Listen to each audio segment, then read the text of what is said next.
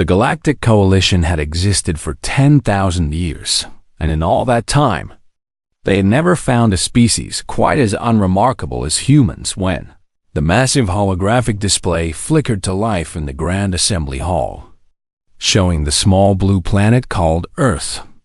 Most of the assembled delegates barely glanced at it.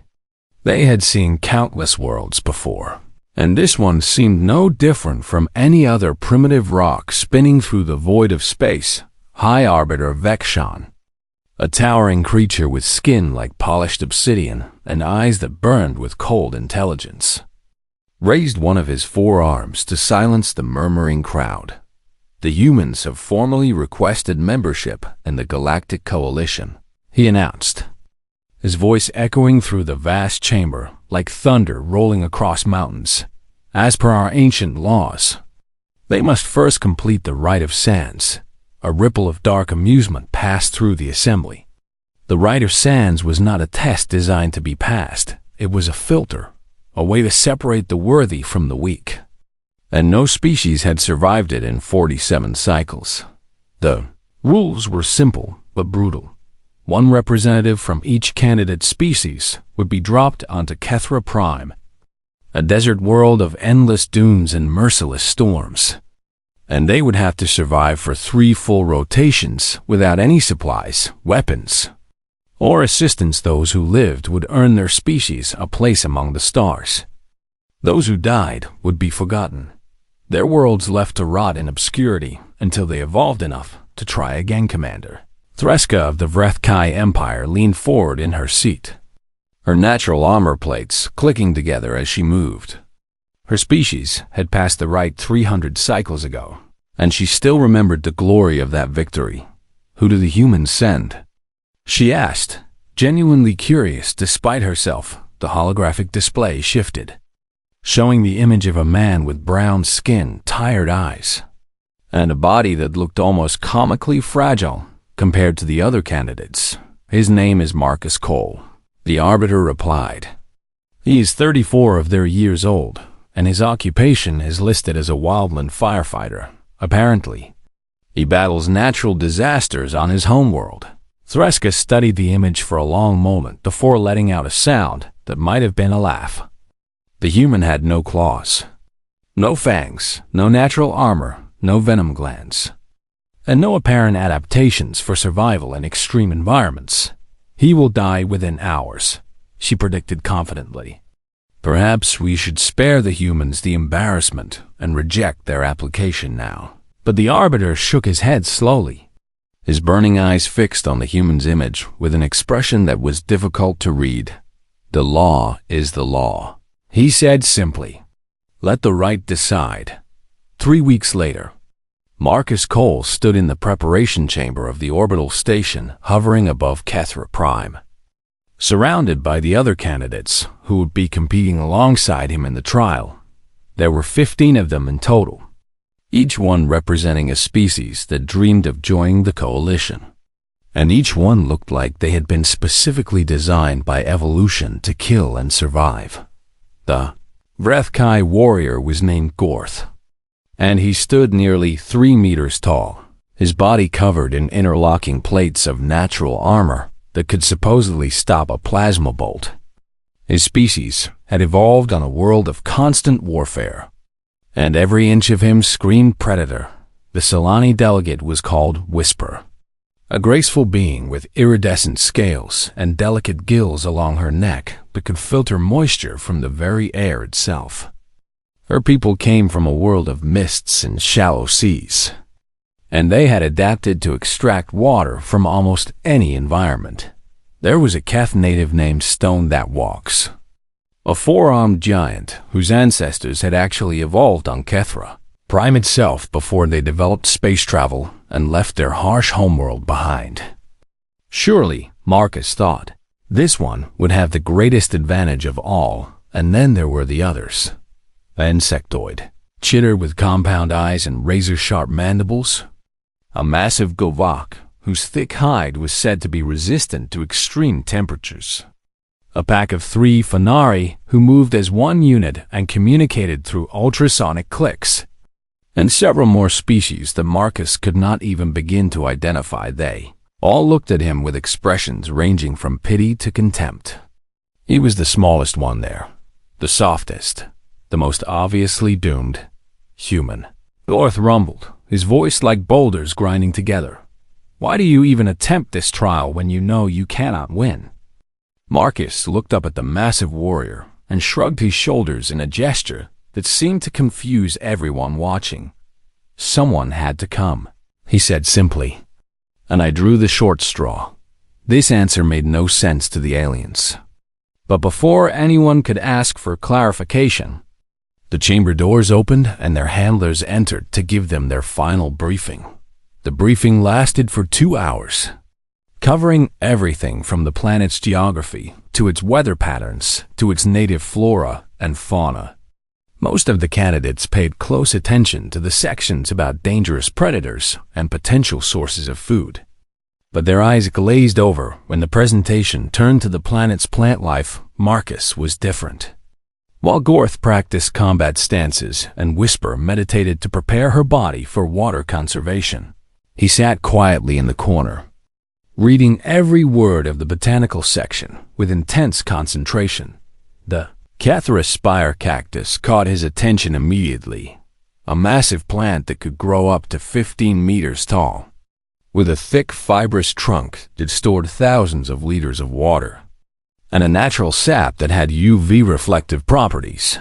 He read about how the plant's interior remained cool even in the worst heat, how its walls could insulate against temperature extremes, and how native creatures sometimes burrowed into dead cacti to escape the famous Catharus storms. Something clicked in Marcus's mind. A memory from his years fighting wildfires in the Nevada desert, where he had once survived a firestorm by sheltering in a hollowed-out boulder while the world burned around him. The principle was the same. When you could not fight nature, you found a way to hide from it. Downloaded the botanical data to his memory implant and said nothing to anyone about what he had learned. Let them focus on strength and speed and natural weapons. He would focus on not dying when the drop pods launched the next morning, sending each candidate plummeting toward a different section of the desert below. Marcus watched the rust-colored world growing larger in his viewport and felt strangely calm. He was not the strongest, and he was not the fastest. And he certainly was not the most dangerous thing that would be walking those sands today. But he had read the briefing, and he had a plan, and sometimes that was enough. The pod hit the ground with a bone-jarring impact, and Marcus Cole's trial had begun. The heat hit Marcus like a physical wall the moment he forced open the damaged hatch of his drop pod. 54 degrees in the shade, the briefing had said, except there was no shade anywhere in sight, just endless waves of rust-colored dunes stretching toward a horizon that shimmered and danced in the brutal sunlight. Pulled himself out of the pod and immediately felt the sand burning through his thin boots. The stuff was not like earth sand at all, but rather a mixture of silica and iron oxide that absorbed heat like a sponge and radiated it back with vicious efficiency. His first instinct was to panic, to start running towards some imaginary shelter that did not exist. But he forced himself to stand still and breathe slowly while his eyes adjusted to the blinding glare. He told himself, just think 500 kilometers away. Gorth the Vreth-Kai warrior was already moving with purpose and confidence across the dunes. His armored feet were designed for harsh terrain, and his species could survive for days without water by recycling their own bodily fluids. He had identified a rocky outcropping in the distance and was heading toward it at a steady pace, planning to use the rocks as raw material for a shelter. His people were builders as well as fighters, and he knew exactly what he needed to do. The human was probably already dead. Gorth thought with something almost like pity. Such a soft creature had no business on a world like this. 300 kilometers in another direction, Whisper the Solani had found a small depression between two dunes where the sand was slightly cooler. She had immediately begun using her specialized gills to filter moisture from the air. A slow process that would keep her hydrated, but require her to remain mostly stationary. She was not worried about the trial. Her species had evolved specifically to survive in water-scarce environments, and she had trained for years to compete in this very event. The human had looked so lost and confused during the briefing. She remembered. He had probably died in the landing stone that walks. The Keth native was perhaps the most confident of all the candidates. This was his ancestral homeworld, the planet where his species had evolved over millions of years. And he knew its secrets better than any outsider ever could. He had already located a cave system that his genetic memory told him would provide shelter from the sun. And he was making his way toward it with the casual ease of someone returning home after a long journey. The other candidates were scattered across the desert, each one employing their own survival strategies based on their unique biological advantages. The chitter was burrowing into the sand. The Gorvak was using its thick hide to simply endure the heat. And the Fenari pack was working together to create a shared shelter. None of them were thinking about the human anymore. He was already a footnote in their minds. A failed candidate whose species would have to wait another generation before trying again. But Marcus Cole was not dead. And he was not panicking. And he was not trying to compete with creatures who were obviously better suited for this environment than he was. Instead, he was walking slowly and deliberately toward a cluster of massive plants he could see rising from the dunes about 2 kilometers away. The Kethra spire cacti were even more impressive in person than they had appeared in the briefing images. The largest one stood nearly 15 meters tall, their swollen trunks wider than ancient oak trees, their surfaces covered in a waxy coating that reflected the worst of the sunlight. Marcus circled the cluster until he found what he was looking for. A cactus that was large enough to potentially shelter a human body, but not so large that it would be impossible to work with. He spent the next 30 minutes searching the ground around the cacti until he found a rock with a sharp enough edge to serve as a crude cutting tool. It was not ideal, but it would have to do. The work was slow and exhausting. The cactus flesh was tougher than he had expected, and the heat was making him dizzy. But he forced himself to keep cutting, keep digging, keep making progress one small piece at a time. The sap that oozed from his cuts was thick and bitter-smelling, with a pale green color that reminded him of aloe vera. He remembered from the briefing that this substance had UV-reflective properties. So he smeared it across his exposed skin despite the slight burning sensation it caused by midday. He had carved out a cavity about a meter deep into the cactus trunk. It was not pretty, and it was not comfortable. But when he stuck his head inside, he felt something that made his heart leap with hope. Cool air. The interior of the cactus was at least 20 degrees cooler than the outside environment, kept that way by the plant's massive water reserves and the insulating properties of its fibrous walls. It was like stepping from a furnace into an air-conditioned room. Marcus kept working, expanding the cavity until it was just large enough for his body to fit inside in a curled position. He saved the pieces he cut away, planning to use them to plug the entrance. Once he was inside, the suns began their slow descent toward the horizon, and the temperature actually increased as the sand released the heat it had been storing all day.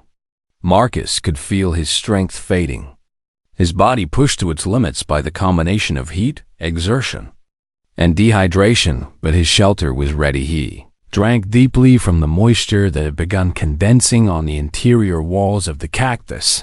The water tasted strange, slightly sweet with an undertone of something vegetal. But it was wet and cool and exactly what his body needed as darkness fell across the desert. Marcus squeezed himself into his cactus shelter and pulled the cut segments into place behind him, sealing himself inside the plant like a seed waiting for spring outside. The wind began to pick up. Gorth had completed his rock shelter and was settling in for the night.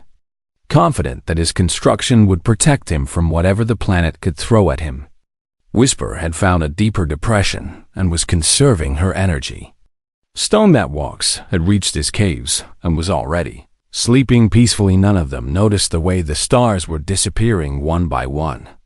Blotted out by something massive moving across the sky, none of them heard the distant rumbling that was growing louder with each passing minute. None of them understood what was coming, but the planet knew. And the plants knew, and somewhere deep in his cactus shelter, Marcus Cole felt the vibration in his bones and understood that the real test was about to begin. The Kethra maelstrom was coming, and it would show no mercy to anyone caught in its path. The storm announced itself with a sound like the sky being torn apart. Gorth woke from his light sleep to find his rock shelter shaking, the carefully stacked stones rattling against each other as a wall of wind slammed into them with impossible force. He had experienced storms before on his homeworld, brutal things that could strip flesh from bone, but nothing had prepared him for this. The Kethra maelstrom was not a storm in any normal sense of the word. It was a planetary event, a catastrophic weather pattern that occurred only a few times per cycle, when the temperature differentials between the day and night sides of the planet created a cascade of atmospheric chaos winds exceeding 300 kilometers per hour screamed across the dunes, picking up sand and accelerating it to speeds that turned each tiny grain into a bullet. The friction generated so much heat that the sand itself began to glow, creating a hellish river of molten particles that scoured everything in its path. Gorth pressed himself against the back of his shelter and watched in horror as the first stones began to peel away from his carefully constructed walls. His species was known throughout the galaxy for their strength and durability, but even Vrethkai armor had its limits. The wind found gaps in his shelter and forced superheated sand through them in concentrated streams. Gorth felt his armor plates beginning to heat up, the outer layers already showing signs of damage from the abrasive assault. He tried to seal the gaps with his own body, but that only made things worse.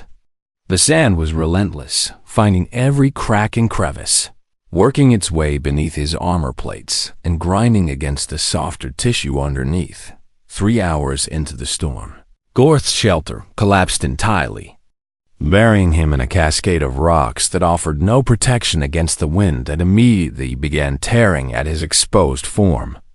He tried to stand, to fight, to do something, but the wind knocked him down before he could even get to his feet. The last thing the mighty Vrethkai warriors saw was a wall of glowing sand rushing toward him like a wave of liquid fire. And then there was nothing but pain and darkness and the howling of the wind 500 kilometers away. Whisper had realized too late that her depression in the sand was actually a death trap. The storm was funneling directly into her hiding spot, concentrating its fury on the small space where she had thought she would be safe. For specialized gills, so perfectly adapted for filtering moisture from calm air, were completely overwhelmed by the superheated sand that was being forced into them with every breath. She could feel the delicate membranes tearing, burning, filling with debris that she could not clear. She tried to climb out of the depression to find higher ground, but the wind was too strong. It picked her up and threw her back down, again and again, until her beautiful iridescent scales were scraped away, and her body was just another piece of debris being tossed around by the storm. Whisper died thinking about the cool mists of her homeworld, wondering why she had ever thought she could survive in a place so different from everything. She knew Stone That Walks had reached his ancestral caves, but the caves that had sheltered his people for millions of years were no match for a storm of this magnitude. The wind created pressure differentials that turned the cave system into a giant wind tunnel, blasting sand through every passage with devastating force. He tried to retreat deeper into the caves, hoping to find a pocket of still air somewhere in the darkness, but the sand followed him, filling his lungs and his eyes and every other opening in his body until he could not breathe. Could not see, could not think the Keth native died in the embrace of his homeworld, killed by the very planet that had given birth to his species. One by one, the other candidates fell to the storm. The chitter's burrow collapsed and filled with sand, suffocating the insectoid creature before it could dig its way out. The Gorvak's thick hide protected it from the abrasion, but could not prevent the heat from cooking it alive from the outside in.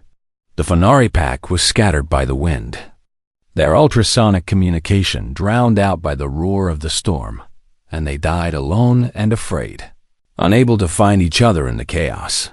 The orbital station monitoring the trial recorded each death with clinical precision, tracking life signs as they flickered and faded one after another. By the 6th hour of the storm, only one signal remained. The observers could not believe what they were seeing. The human was still alive inside his cactus shelter. Marcus Cole was aware of the storm only as a distant vibration and a muffled roaring that seemed to come from everywhere. At once, the thick fibrous walls of the plant absorbed the worst of the sound and heat, creating a cocoon of relative peace in the middle of absolute destruction. The temperature inside the cactus had risen slightly, but it was still bearable, maybe 35 degrees compared to the hundreds of degrees raging outside. Moisture continued to condense on the interior walls, providing him with water to drink whenever he got thirsty. He could feel the cactus swaying in the wind, but the plant's deep root system held firm. These cacti had evolved over millions of years specifically to survive the Kethra maelstrom, and they were not about to be uprooted by a storm that was, by their standards, nothing particularly special. Marcus slept. He had learned during his years as a firefighter that the body needed rest to survive, and that panic was the enemy of survival. There was nothing he could do about the storm except wait it out, so he might as well conserve his energy for whatever came next. He dreamed about Earth, about the Nevada desert where he had spent so many years battling wildfires, about the hollow boulder where he had once sheltered while a firestorm raged overhead. That experience had taught him the most important lesson of survival. Sometimes, the best thing you could do was find a hole and hide in it. The storm raged for 9 hours, scouring the desert clean of everything that had been foolish enough to be caught in its path. Dunes shifted and reformed, rock formations were sandblasted into new shapes, and the bodies of 14 candidates were scattered across hundreds of kilometers of newly rearranged terrain when the wind finally died and the sand settled. The desert was utterly silent. The observers on the orbital station stared at their screens in disbelief, watching the single remaining life sign pulse steadily in the darkness. "That is impossible," one of them whispered. "Nothing survives the maelstrom." But the data did not lie. And somewhere down on that deadly planet, a human was still breathing, still sleeping, still very much alive. Marcus Cole woke to the sound of silence and knew that the worst was over. Marcus pushed against the cactus segments blocking the entrance to his shelter and felt them give way with a soft, wet sound. He crawled out into a world that looked completely different from the one he had left behind. The dunes had moved, some of them by hundreds of meters, and the landmarks he had mentally noted before the storm were simply gone. The sky was a pale orange color, still thick with fine dust particles that would take hours to settle completely. He stood up slowly, his muscles stiff from being curled in the same position for so long, and took a deep breath of air that tasted like rust and copper. The silence was absolute, heavy and oppressive in a way that made his ears ring. There were no sounds of other creatures moving, no distant calls or signals, nothing but the soft whisper of settling sand. He was alone. Marcus did not waste time celebrating his survival or mourning the deaths of his competitors. There were still 2 more days to go before the trial was officially over, and the desert would not hesitate to kill him if he let his guard down. His first priority was water, and fortunately his cactus shelter had plenty of it. He spent an hour carefully extracting moisture from the interior walls and the flesh of the plant itself.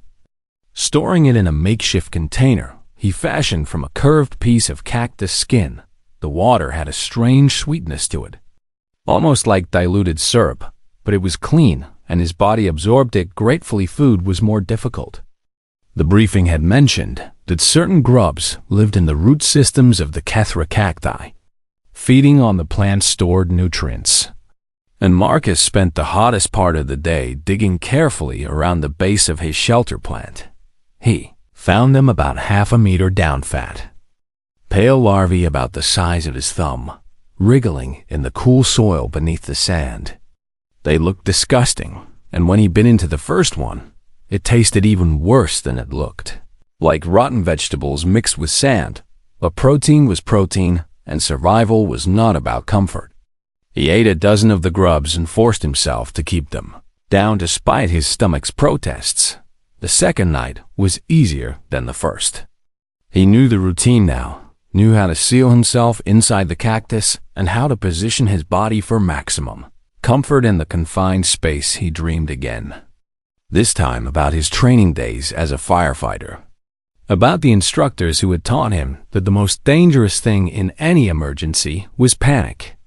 They had drilled into him the importance of staying calm, thinking clearly, and doing one thing at a time that had become his mantra during the worst moments of his career. And it served him well now as he faced the endless hours of waiting in an alien desert. The third day dawned hot and bright, and Marcus forced himself to venture out from his cactus cluster to explore the surrounding area. He needed to know what resources were available in case he had to survive longer than expected. What he found was death.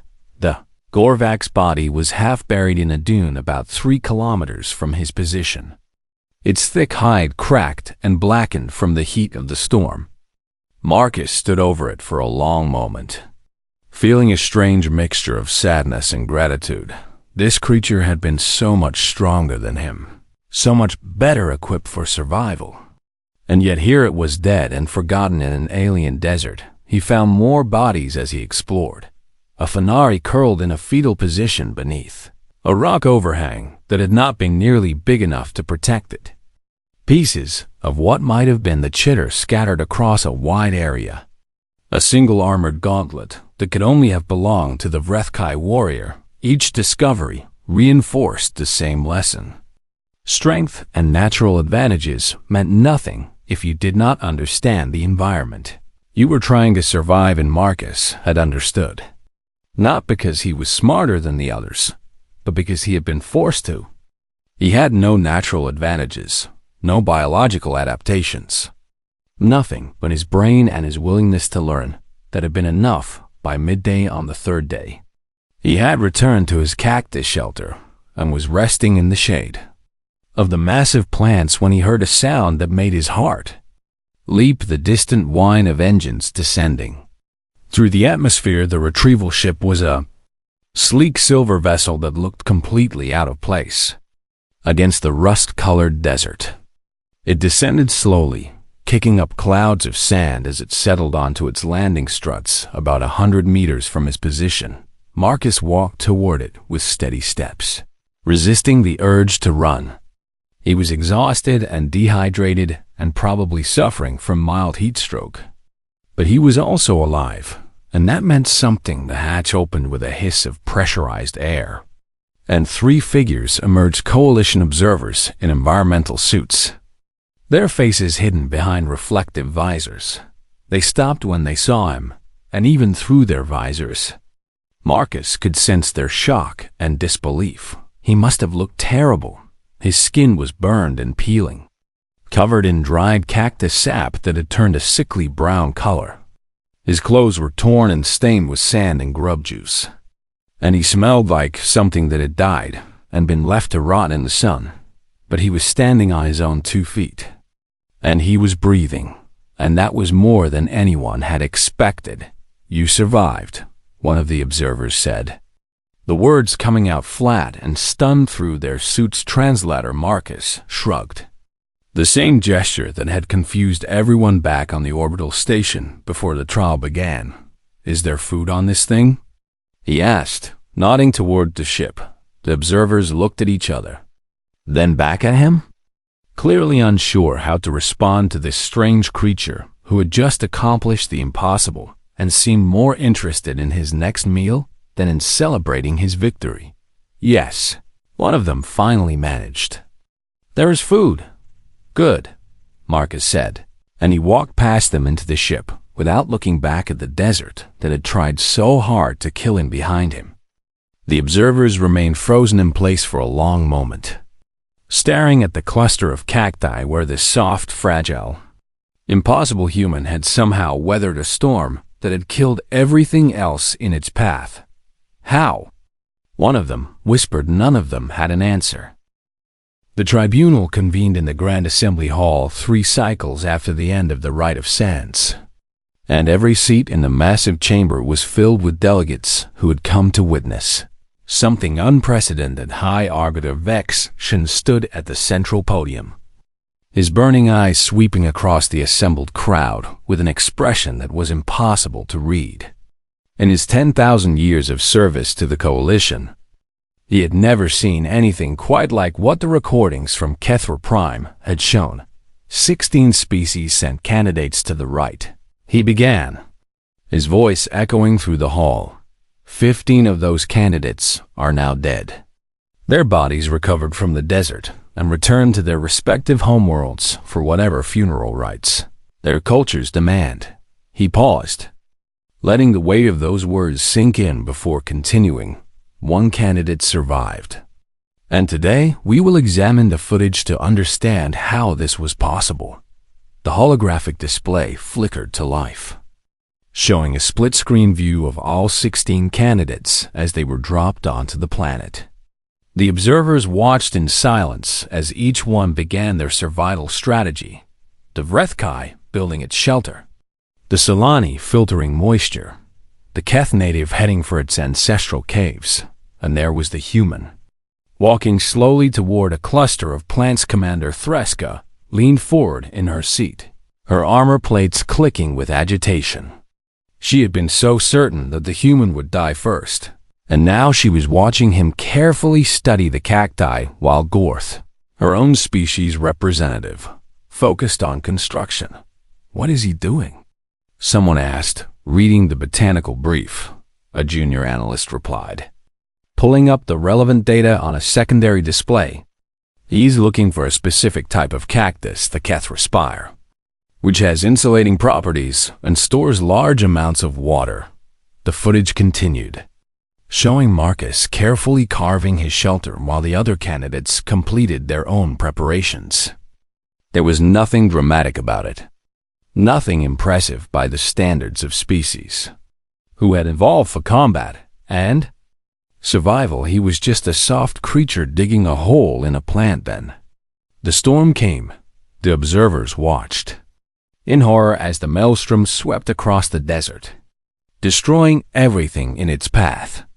They saw Gorth's shelter collapse, saw Whisper's gills fill with superheated sand, saw Stone that Walk suffocate in his ancestral caves. The death toll mounted. 3, 5, 8, 12, 14, 15, and through it all, the human's life sign remained steady, pulsing calmly inside his cactus while the world outside was torn apart. "He slept," Vekshan said, his voice carrying a note of something that might have been wonder. The most powerful storm on one of the deadliest planets in the known galaxy was raging outside, and the human was sleeping. The footage shifted to show the aftermath. Marcus emerging from his shelter, drinking cactus water, eating grubs, exploring the desert and finding the bodies of his fallen competitors. He did not fight the storm. The Arbiter continued. He did not try to outrun it or overpower it, and he did not rely on any natural biological advantages because he does not have any. He turned to face the assembly directly, his forearms spread wide in a gesture of emphasis. The humans simply found a plant that had already solved the problem of surviving on this world. and he hid inside it until the danger had passed. A murmur ran through the crowd, delegates leaning toward each other to whisper their reactions. Some were dismissive, calling it luck or cowardice, but others were looking at the footage with new eyes. "This is the species that requests membership in our coalition," Vakshun said. "They have no natural weapons, no biological armor, no special adaptations for extreme environments, and by every objective measure, they should be one of the weakest species we have ever encountered." He paused again, and when he spoke next, his voice was quieter but somehow more intense. "And yet their representative is the only one still alive.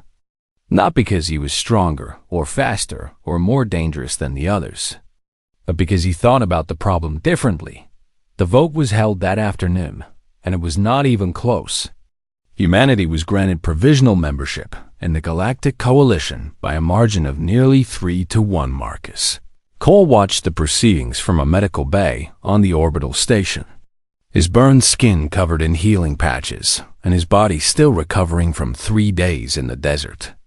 When the result was announced, he simply nodded and asked if he could get some more of the nutrient paste they had been feeding him. "You do not seem excited," the medical technician observed. A young Solani, who had been assigned to his care, Marcus, considered the question for a moment before responding.